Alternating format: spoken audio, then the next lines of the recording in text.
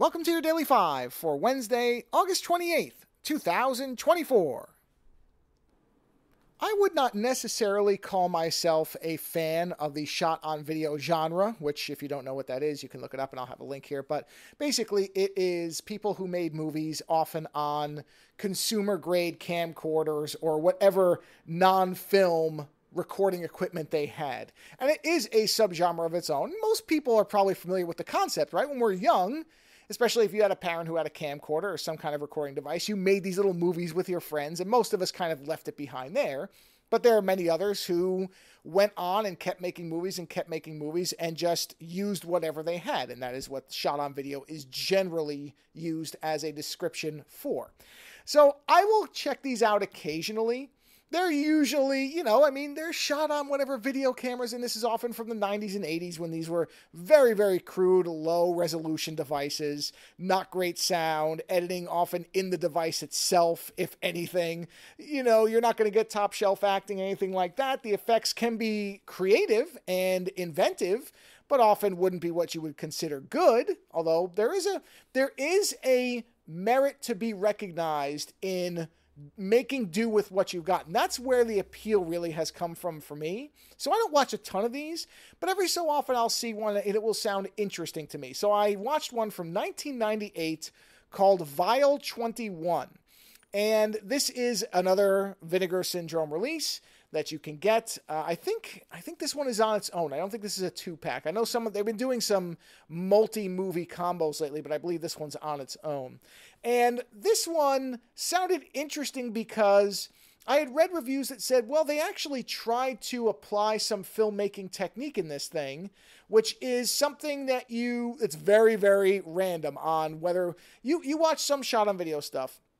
And again, I haven't watched a lot, but there's a number. In fact, Len Kabasinski and I reviewed Justice Ninja Style, which is another one where it felt like it was the whole town got together type of production.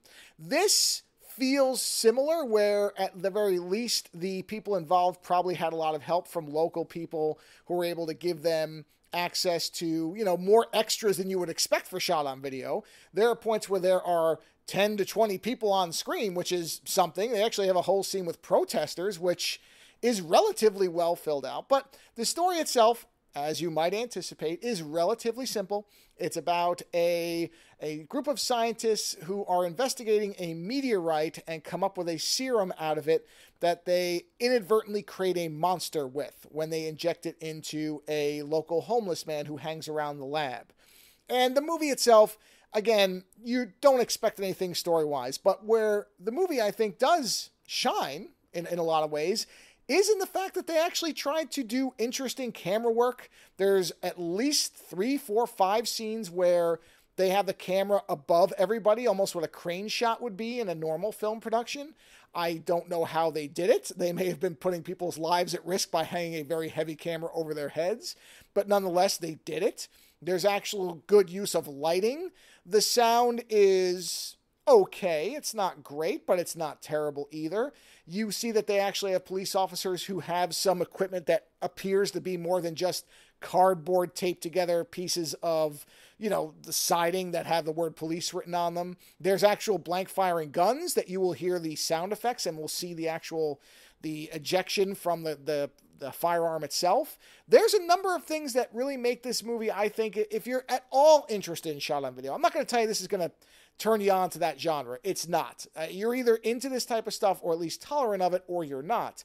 But if you've waded through some really terrible examples of it, and there are many, I would say this one is actually worth seeing. It does do just enough. I use this phrase a lot when I review movies like this.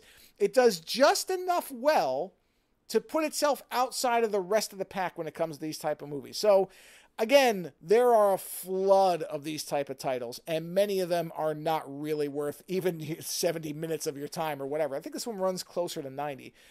And the soundtrack on this, they redid the soundtrack, and I like it. It's good. It's actually a good soundtrack, which again is not always something you'll find on shot on video. So again, I'm not going to say this is going to make you into a shot on video fanatic. I don't know that anything really ever will for anybody. But if you're intrigued or interested, you like this type of stuff, then I would say that Vile 21 is probably worth watching because it does do just enough to elevate itself a bit above what you typically find in this type of film. Later.